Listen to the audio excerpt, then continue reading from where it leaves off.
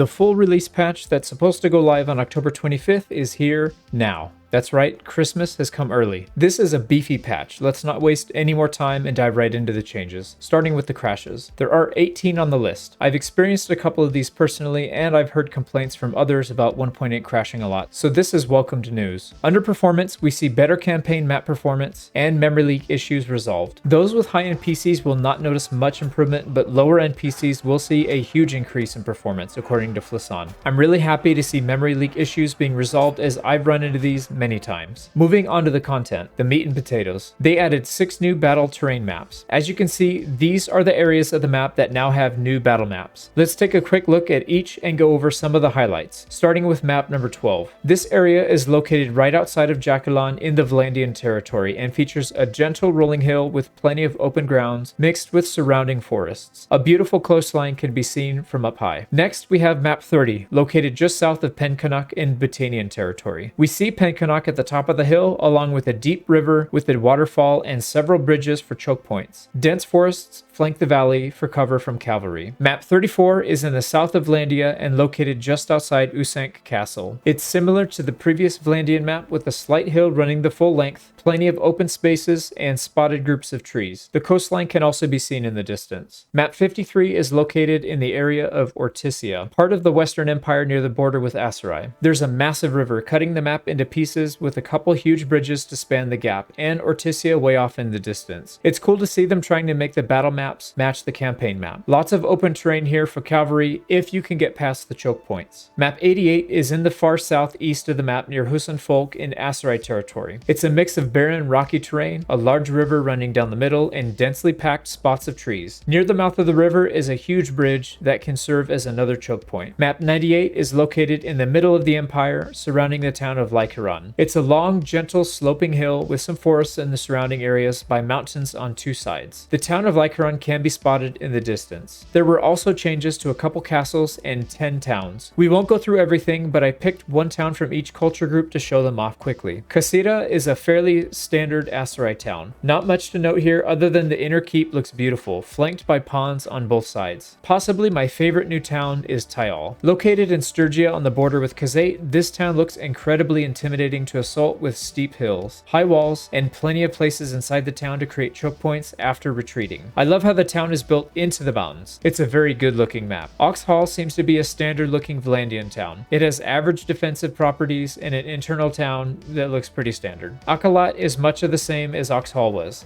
Very standard looking Kazate town. The front defensive walls are interesting in that there is an enclosed square, so there might be some opportunity for a strong defense there. Let's end the new towns on a good note. Dunglanis has lots of character. The front gate is strong, the walls are not bland and straight, and the interior has some decent features. Towns weren't the only things that got a facelift though. The Sea Raiders and Mountain Bandit hideouts got new maps as well. The Sea Raider hideout has a long, winding road coming down from a mountain. Enemies are staggered along the road, making it manageable to fight. I really like the feel of this hideout. It's a bit more realistic than a massive 10,000 square foot mansion cave hideout. The Mountain Bandit hideout follows a similar format with a winding road going down a hill, but this map is much more wooded and less mountainous. The lit torches along the path are a great addition and add a nice ambiance. I would even take my wife here on a date. Nope. The hideout finishes at the bottom on the beach. Overall, I really liked both of these new hideouts. And finally, the art section. We see 19 new crafting pieces for the polearms, all of which are cloth attachments that add some life to the weapons. The physics are really good for these fabrics, and the variety is good as well. I did notice a lot of these cloth pieces being added to cavalry weapons in battles, so some of your units actually use them as well. Under campaign map, they made visual changes to the actual campaign map, although I didn't notice anything major. The map looks to be a bit more detailed when you zoom in close, but mostly looks the same. Some of the village production was changed to match the changes in the economy. I have all villages cataloged in my database from the workshop guide, so I'll spend some time after this to find out which ones were changed and where. I'll update you guys in a community post. They added a couple cinematic outros for the main quest. I won't show anything here because I hate spoilers. They changed the animations for parties affected by disorganized state as well. While on horse, we move at a slow trot, and once the movement speed malice goes away, it changes to a canter, or whatever it's called. Not a full-blown sprint. I don't know anything about horse riding, as you can tell. They added a new button under the Kingdom tab screen. Click the Army tab, and near the bottom we can see see click manage your army, and it sends us to the screen where we can add or remove parties from the army and increase cohesion. They added new explanations for crafting orders that fail, although most of them still default to the value of the item and ignore all other fail points. I was able to see the weapon does not have the damage type I want message eventually, but nothing else. Under the fixes section, there are a ton of changes, but nothing really worth going over here as they're mostly minor. Now for the biggest part of the update, putting the banners back into Bannerlord. They've added an equipment slot below the weapon loadouts where we can equip banners. There are 45 different types of banners, ranging from basic ones that provide very little benefit to high tier banners that can add bonuses like damage against mouse increased by 10%. I've already started a database to catalog what each banner does, and we'll make that public this weekend. Banners can be earned as rewards for completing tasks, defeating enemy nobles, clearing bandit hideouts, and from campaign milestones. Banners apply their bonuses by assigning heroes with an equipped banner to a formation in the pre-battle phase. Much like captain perks, we can see their banner's effects by hovering over their picture and holding Alt. Once a captain is assigned to a formation, we can see some troops being promoted to holding the banner. In this case, a Foxman is holding our banner for us, and this cavalry is holding the cavalry captain's banner. This allows us or our nobles to maintain full combat capability and still maintain the bonuses. It's really cool to see cavalry riding around with the banners. It might be a good idea to carry some javelins to pick off banner bearers from the enemy. Once the banner bearer is dead, the banner sticks into the ground at an angle to signify that it's no longer providing the bonus. I have not noticed ally troops picking up fallen banners yet, but we can pick them up manually with our main character if need be. You give up one hand though, so no bow, two-handed weapons, or shields. Another interesting change is the option to limit the number of reinforcement waves. Currently, its default is infinite, but that can be changed to keep battles from being very long and drawn out. If you're tired of having to smith or buy workshops to make money, then you'll love this next change. Loot has now expanded a bit to include more variety, and modifiers have increased by a lot. Looking at this post-battle loot drop, we see a ton of normal and positive modifier items instead of 100% negative modified items. They will both have better stats and sell for more money. This was a very welcome change indeed. Now this little change snuck under the radar for most. We can no longer be disorganized for a party size of less than 10. It was bizarre to have a 6-hour movement speed penalty as a solo traveler. During battle, troops will no longer reinforce if the main body of troops is retreating. This would frequently happen on siege maps where siege engines were all destroyed and the AI would bring in fresh troops to get slaughtered. Not anymore. If we retreat from an offensive siege, we lose our siege equipment and must build them again from scratch. This change prevents some cheesing through retreating. It's also a safe way to farm engineering XP. They did fix a bug that had defensive shield troops on the wall facing the wrong direction and getting shot down. Several of the Stewart perks got hit with the nerf hammer. Level 100 efficient campaigner and Master of Warcraft level 250 now provide 15% wage reduction instead of 25%. The final perk, Price of Loyalty, now starts the bonus calculation from level 250 rather than 200. This means that instead of getting 75 levels of bonus at 275, we only get 25 levels of bonus, and the max bonus is reduced by 50 levels as well. It will be much harder to get troops that pay you a wage now. The dungeon prisoner limit has been increased. This castle has room for 40 troops, while this town has room for 34. This was a much needed change, as holding 10 prisoners was a bit ridiculous for a giant town or a castle. Kingdoms will now consider rebellions as a threat and call an army together to take them out. It's an easy reconquest, so this should help the AI keep their gains. The likelihood of clan defection from the player and AI kingdoms has been reduced. I know they recently fixed a bug that caused some clans to rebel no matter what you did, but this is great to see that they changed the base rate as well. One kingdom policy did see a fix. Citizenship now applies the negative loyalty bonus properly. This town has a matching culture and earns plus 0.5 loyalty bonus, but the castle does not have a matching culture and gets hit for 0.5 loyalty. Horses saw a drastic change, adding quite a few new mounts and reorganizing the existing ones. There are now 6 tiers of horses instead of 3. Stats have been reworked, riding skill has been lowered, and charge damage has been increased dramatically. They also added a new class, the Noble Mount. Let's look closer at some of the newer mounts. The Roundsea looks to be a rename of the Vlandian Tier 1 horse. Sturgia Native and Batanian Hobby as well. There are a ton of horses, so we won't cover all of them, but let's look at some of the new noble mounts. The Karahan is a Tier 4 with incredible maneuver at 77. The Batanian Thoroughbred is a Tier 5 horse with 26 charge damage and 320 hit points. The Royal Destrier requires 80 riding skill and does an incredible 36 charge damage. And finally, the Wadar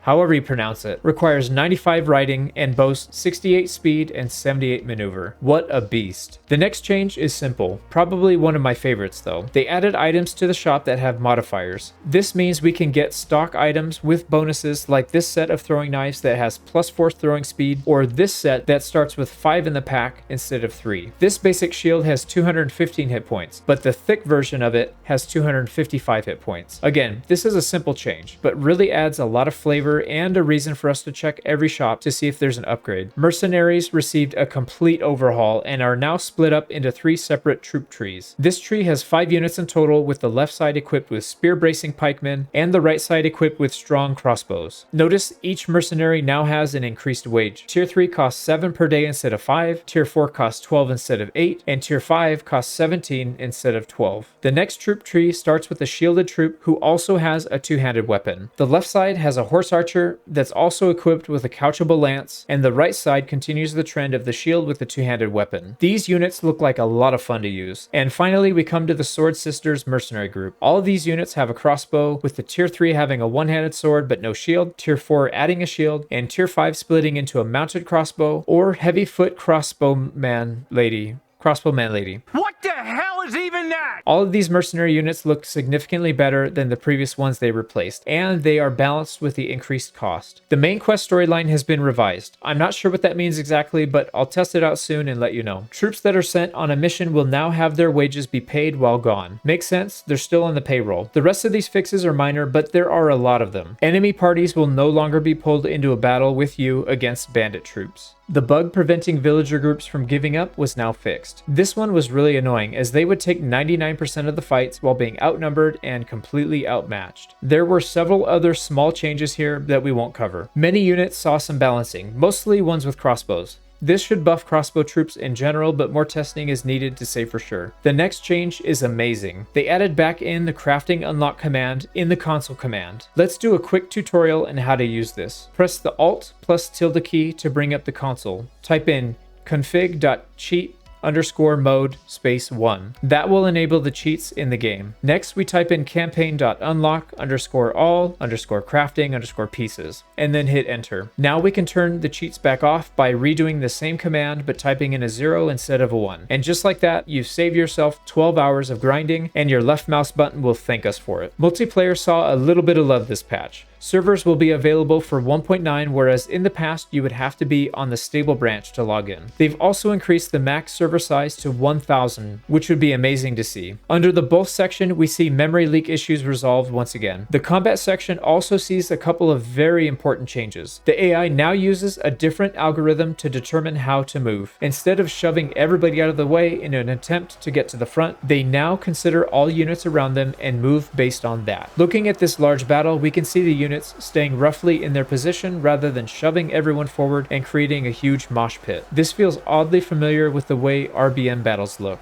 They also adjusted the melee behavior of ranged troops, making them react to enemies close by more quickly and engaging them in melee. They also increased the frequency of cavalry couch lancing. I created a large cavalry only battle, hoping to see the Vlandian Knights couch lance charging in cycles. But when the two groups met, they stayed in melee combat the whole time. This is interesting behavior and completely different from what happened before. Let's test it again using infantry versus couch lance cavalry. We can see a lot of the cavalry in the front drop their lances to couch and take out a handful of our shield wall. More importantly, we see them continue past our formation, turn around, and couch lance from the back as well. Great change. It's hard to say how much better this is without counting one by one and comparing it to previous patches, but it does feel better for now. And finally, for this section, cavalry will only rear up when attacked from the front. It was always odd seeing cavalry rear up when you stabbed him in the butt. Moving forward, Tailworld states that future patches will be smaller in size. And for the last section, they made several changes to modding. I'm not going to pretend to know anything about this, because I have no clue what any of this means, but at least they're doing something. And one final note regarding modding, some of the major mods were broken with this patch, such as the important ones like Bannerlord. Looks like modding is off the table for now, so if you have a campaign campaign running with lots of mods, I would probably wait. There were some really good changes in this patch. I was happy to see some content added like the new maps, new items, the banner mechanics, and a ton of new horses. The performance increase is going to be important as well. It's too early to say for me, but the AI change was also an amazing addition. I've always hoped to see the RBM AI in the base game, and I think this is one big step forward in that regard. Overall, this is a promising patch, and I can recommend upgrading to the beta branch. Unless you're using heavy mods, that is. I'm still concerned about the lack of late game content and campaign map AI, but I do have a solution: self-imposed challenges. Check out this video next to see my hardest Bannerlord campaign start ever, playing as the Bandit King. Thanks to all the channel members and Patreon supporters for being absolute chads, and whatever the female version of a chad is, by assigning horses, not horses, with an equipped banner to a, Jesus.